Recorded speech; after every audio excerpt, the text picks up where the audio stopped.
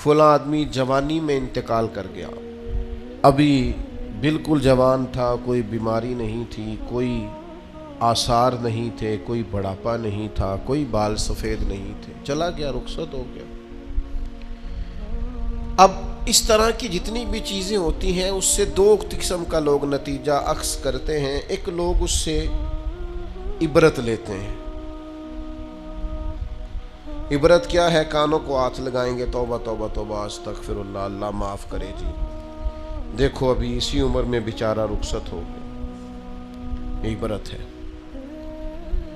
वो देखो जी अभी बच्चे छोटे हैं, अभी देखो वक्त आया था आसानी देखने का, अभी हालात ठीक हुए थे, देखो जी तौबा तौबा क्या मामलात है, बस कानों को हाथ लगाया, छुट्टी हो गई। ये इबरत है। और कुछ लोग ऐसे होते हैं जो इन चीजों से नसीहत हासिल करते हैं। वो कहते हैं यार वो जवानी में चला गया है तो मैं भी तो जा सकता हूं ना। लिहाजा वो क्या करते हैं?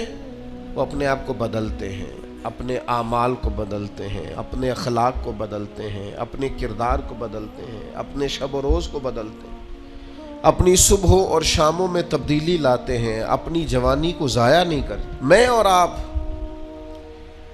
रोज़ाना ढेरों इबरत की चीज़ें अपने मुआशरे में देखते हैं। हमारे करीबी लोग चले गए, हमने उनके जाने के बाद कहा यार देखो ज़िंदगी का भरोसा कोई नहीं, कल ये बंदा हमारे साथ था, आज रुखसत हो गया, भरोसा कोई नहीं, पता नहीं क्या होगा। ये इबरत है। बस तौबा तौबा की, फिर उसी काम लग गए गाफिलों वाले। लेकिन अगर वह मौइज़तन लिलमुत्तकीन पर अमल होता तो फिर हम क्या करते? फिर हम कहते यार अगर वो चला गया है तो बैठे मैंने भी नहीं रहना, जाना मुझे भी पड़ेगा, लिहाजा तैयारी करो। इबरत और नसीहत, इसमें फ़र्क होता है। हम चीज़ों को बतौर इबरत देख तो लेते हैं पर उनसे नसीहत हासिल नहीं करते। हमें नसीहत हासिल करनी। कुरान मजीद फुरकान हमीद के अंदर बहुत सारी कौमों के अहवाल अल्लाह ने बयान फरमाए। किस लिए बयान किए? कुरान कोई माज़अल्लाह हमें कोई वाक़या सुना के ऐसे ही गुजरना तो नहीं चाहता, लेकिन इतनी कौमों के हालात हैं, जगह जगह जिक्र है जनाब नूह का उनकी कौम का, जनाब दाऊद का उनकी कौम का, जनाब लूत अलैहिस्सलाम का उनकी कौम का, जनाब शुएब अलैहिस्सलाम का उनकी कौम का। जगह जगह पे जिक्र है, तज़किरा है, अंबिया ने उन्हें समझाया है, वो बाज नहीं आए, उसकी उन्हें सजा मिली है। जनाब शुएब अलैहिस्सलाम की कौम नाप तोल में कमी करती थी। यूं समझ लीजिए कि जितने पैसे लेती थी उतना माल नहीं देती थी। अल्लाह ने अजाब दिया उन्हें। हमने कुरान मजीद के अंदर इस वाक़या को पढ़ा, इस हालत को देखा। अब जब हमने वो आज़ाब वाली चीज़ें पढ़ी ना, उन पर अजाब आया, वो चीख की आवाज़ आई ज़ोरदार,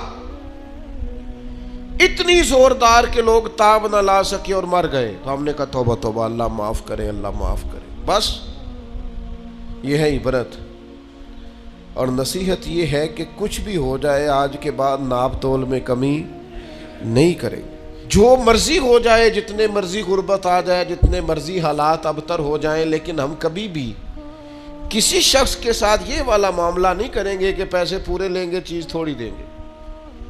उस इबरत से नसीहत क्या हासिल की?